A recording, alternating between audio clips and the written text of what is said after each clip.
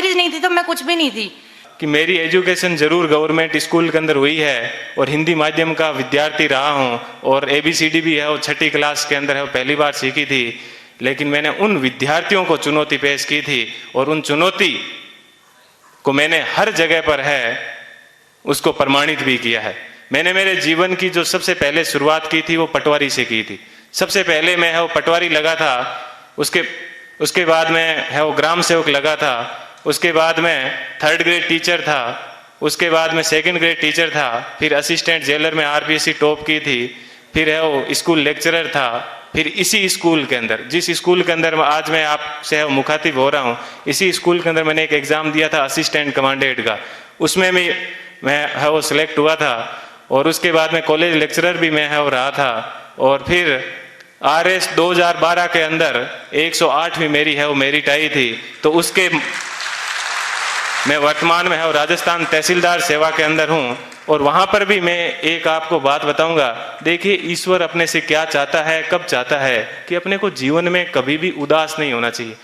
RS के अंदर मेरी 108वीं मेरिट थी और उसके अंदर मेरे को DSP मिल रहा था, लेकिन दुर्भाग्य ऐसा रहा कि मैं है वो फर्स्ट वेटिंग में रह गया। थोड़ा सा मुझे दुख हुआ कि यार अपन फर्स्ट वेटिंग में रह गए और उसके जस्ट 1 महीने के बाद में है वो IAS का एग्जाम था दिसंबर के अंदर। 4-5 दिन दुखी रहा, लेकिन मैंने कैसे ही अपने आप को मैनेज किया और देखिए दोस्तों मैनेज करने का क्या बेनिफिट मिला कि जो DSP बनना था वो D आगे से हट गया और मैं SP बन गया। बात यह है कि अपन जीवन के अंदर चाहते क्या है, अपन अपने आप को कितना डिवोट कर पाते हैं। तो आज मुझे है वो IAS के अंदर 170वीं मेरिट है वो मिली और मैं जनरल कैटेगरी से है वो बिलोंग करता हूँ, तो मुझे IPS मिला। मैं यहाँ पर रुका नहीं हूँ, मैं वापस तैयारी कर रहा हूँ और इस बार मुझे आशा है कि हिंदी माध्यम के अंदर IAS में किसी की अभी तक फर्स्ट मेरिट नहीं आई है और मेरी ये पूरी की तमन्ना है कि कम से कम मैं यहाँ उस स्थान तक है वो पहुँचूँ।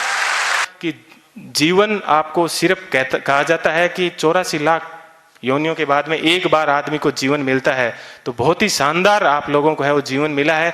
इस जीवन को आप एंजॉय कीजिए, कभी भी घमंड मत कीजिए, चाहे आप जीवन में कुछ भी बन जाओ, हमेशा बेहतरीन रहिए।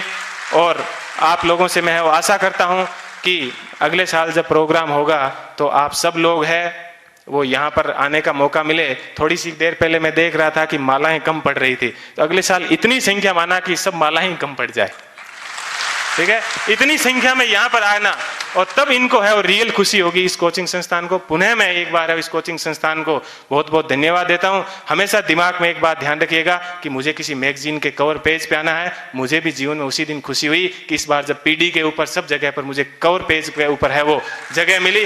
ऐसी चीज हमेशा ध्यान रखना कि मुझे क्रॉनिकल PD सब जगह कवर पेज पे मिला और आज क्रॉनिकल पे प्रेम सुख डेलू के नाम से या यूट्यूब के ऊपर अनेक वीडियो चलते हैं, तो मुझे बेहद खुशी होती है। आप भी अपने जीवन में ऐसे टारगेट रखना और हमेशा युवाओं को है वो प्रेरणा देते रहना। कभी सिलेक्शन होने के बाद में ये मत कहना कि ये एग्जाम बड़ा हार्ड है, हमेशा ये कहना बहुत इजी है और यदि मैं कर सकता हूं तो आप भी ये एग्जाम है वो कर सकते हो। एक बार पुनः आप सभी लोगों को है वो मेरा धन्यवाद।